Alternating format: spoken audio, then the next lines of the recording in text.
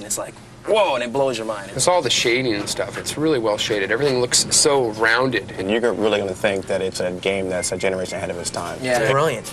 Last-second timing stuff in there where you have to jump real quick. I think a lot of people are going to be surprised at the kind of game that Donkey Kong Country is.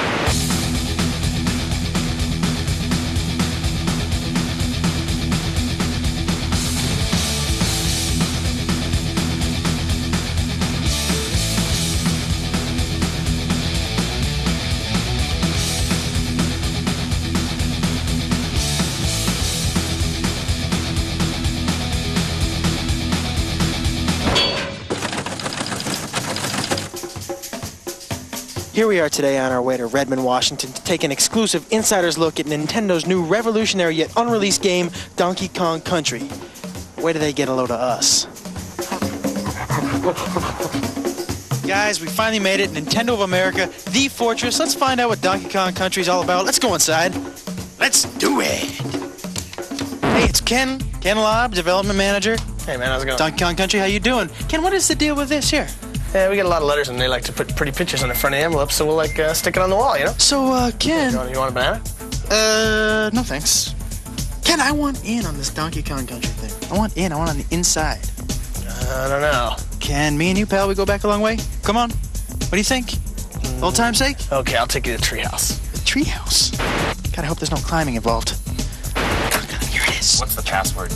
Diddy. Password? Diddy? Yeah!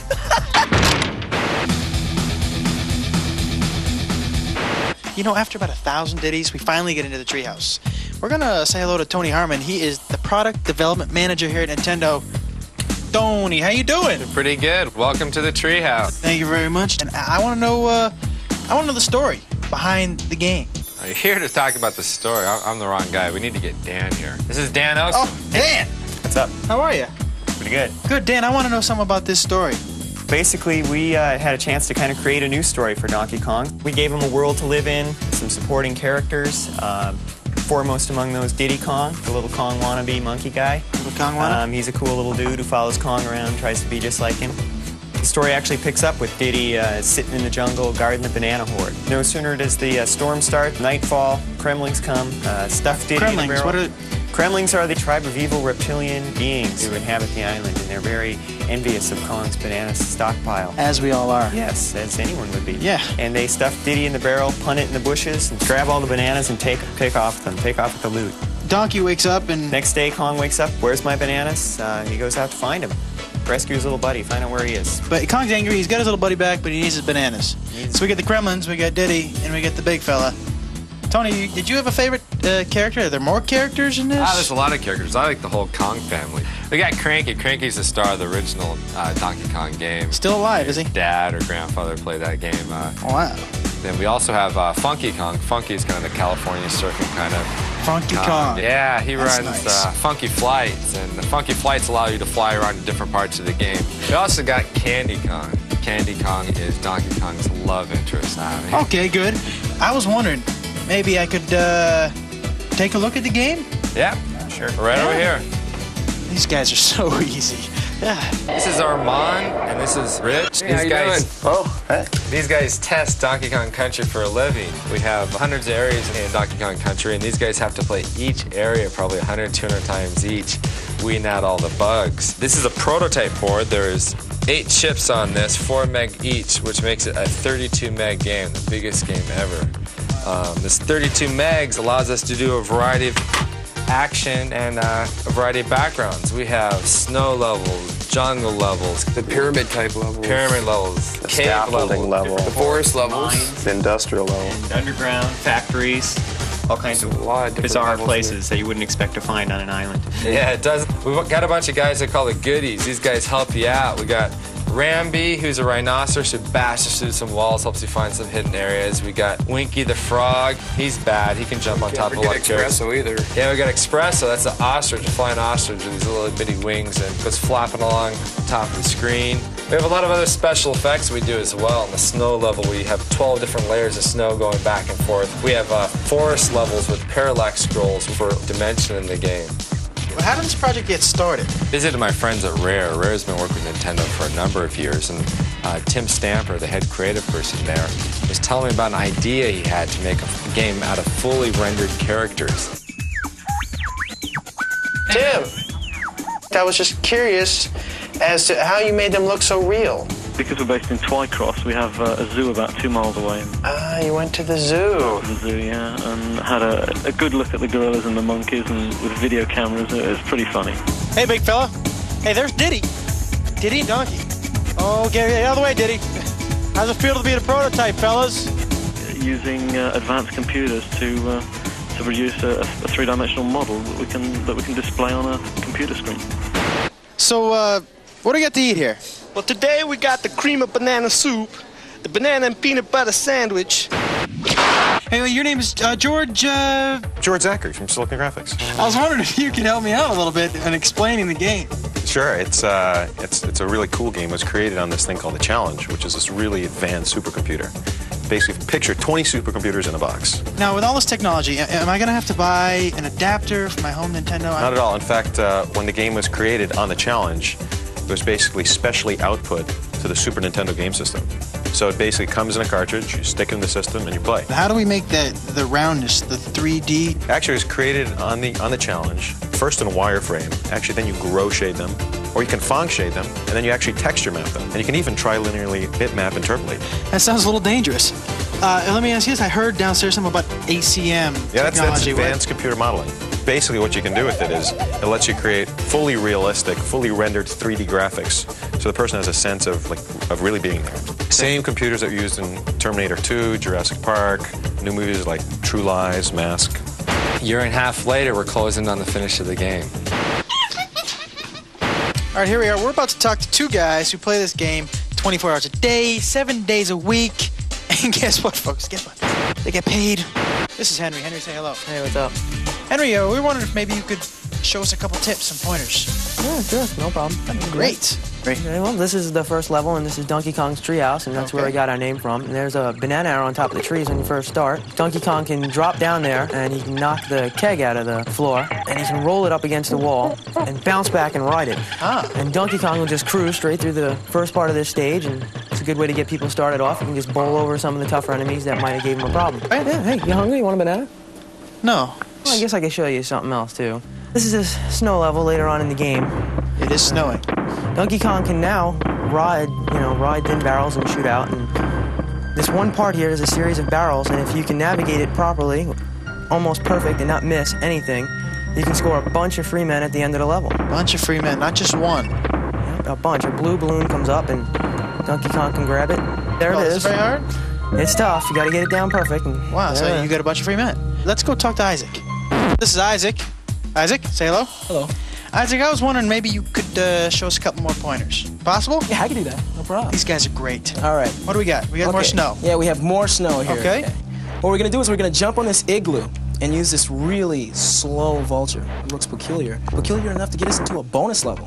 Bonus. And I must say, this is one of over 100 bonus levels. 100 bonus levels. Yeah, and in this bonus level, Not you something have you see in every game. Absolutely. You have to guess which barrel that this golden medallion's gonna wind up in. Like to take a guess? Yeah, the far right. Okay. Oh, you're very good. Very good. Okay, the second tip I'm gonna show you, it involves our little friend Diddy. Diddy. Yeah, Diddy's the cool guy. You walk over to this little thing here, you jump on top of it, you're gonna grab that rope, let the rope take you over, jump right on top of that little stump in the ground, pick up the TNT, walk over to this oil can, blow it up, fall right into another bonus level.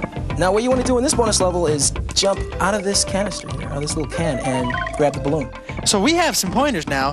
Good thing you came with us, because you learned some things today that, boy, you're not going to learn just anywhere else. You thought it was going to be a waste of your time, didn't you? Fried green bananas, bananas au gratin. Video game music should draw you into the game. In Donkey Kong Country, we had graphics that were way beyond anything else that's ever been done. We were also hoping to get some music better than anything that's ever been done. This music, for example, is very upbeat, fits with the jungle. It's an early level. The level's not very hard. The music is kind of nice. Okay, now here we have the music that goes with the water level. Now, in this level, you've just finished a really, really hard level in the game. We use this music and this fairly easy level as kind of a reward. Because the music is so good, we're putting this music on a CD. You know, something that's big in Japan for many, many years is game music on CD. Hasn't been a big hit in America because maybe the music hasn't been quite up to what you hear on the radio is every daytime. You're kind of losing it, dude.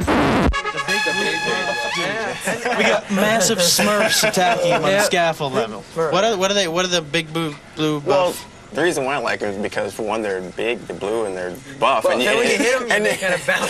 The morphing rocks. The Those morphing guys are rocks. so cool, man. You touch these barrels and the lights turn on and off. And these rock guys are just kind of rolled up. When you hit this light, they unroll and they start walking towards you. It's so cool. It's And you got to switch them on and off. Sounds a little scary. Yeah, On Guard's the fisher ride, and he just kind of pokes you with his swordfish front. And Pokes the bad guys. Yeah. No, do you guys get to ride? Do we get to ride minecart? Oh, yeah. The minecart was a favorite stage. That's your favorite stage? Yeah, it's a pretty cool stage. You're mining? What are we doing? You're on the tracks, and a lot of them are broken, so you gotta avoid, a lot of the broken tracks so you don't fall into the caverns. When we put this out, what do you think? What do you think your friends are gonna think about this game? Well, I don't think really you have to tell them all that much. Once they see the pictures, it's just gonna be like, you have to have it, you know it, get it. It's one of those games you don't get bored with. You know, I've played it probably 100 times, over 100 times now, and I'm still getting better. I'm still getting better in stages. There's certain stages I can improve on and keep getting better. I'll tell you what, you better reserve this game before November 21st, because that's when it comes out in the stores. I already got mine.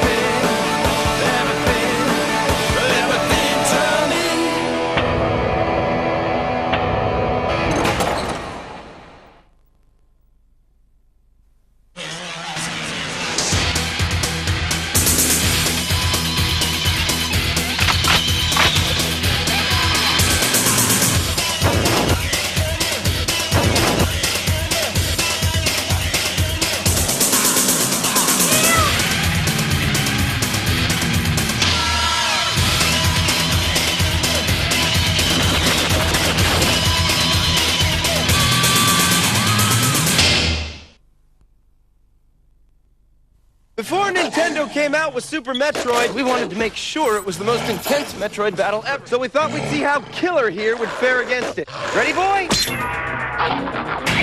That's 24 megs worth of weapons, worlds, and weirdos old killer's up against. Nintendo's biggest game ever. He's a big boy. He can handle it. Well, let's see how he did. Ship it! Super Metroid, only on the Super NES. Let's see. You were doing 140 in a 35 zone. Sideswiped 3 cars. I believe this bumper belongs to you. Destruction. Carnage. Oh, and you didn't use your turn signal, son. I'm gonna have to write you up for that last one.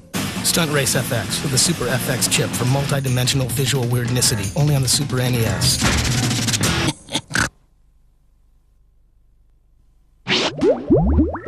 Brian, people ask, how do you cope with being a disembodied brain? Just floating in a jar with no girls, no music, no car, no parties. It's not so bad, I say. I just play with my Game Boy. Till they all get here.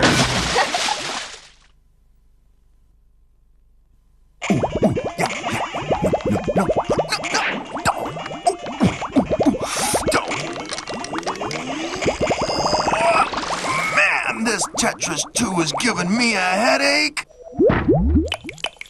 And I don't even have a head. Hey, you want to know what I do when I get bored waiting for my girlfriend to decide what to wear before we go out? Not too frumpy, too tight, not too revealing. I just slip into this little gray plastic number. Oh, how sweet. Okay, so it's not a Game Boy, but I guess her heart's in the right place. By the window, second shelf down on the right. Got 40 pounds burning a hole in your pocket? You could either buy a Game Boy like this or own a pair of pants like this.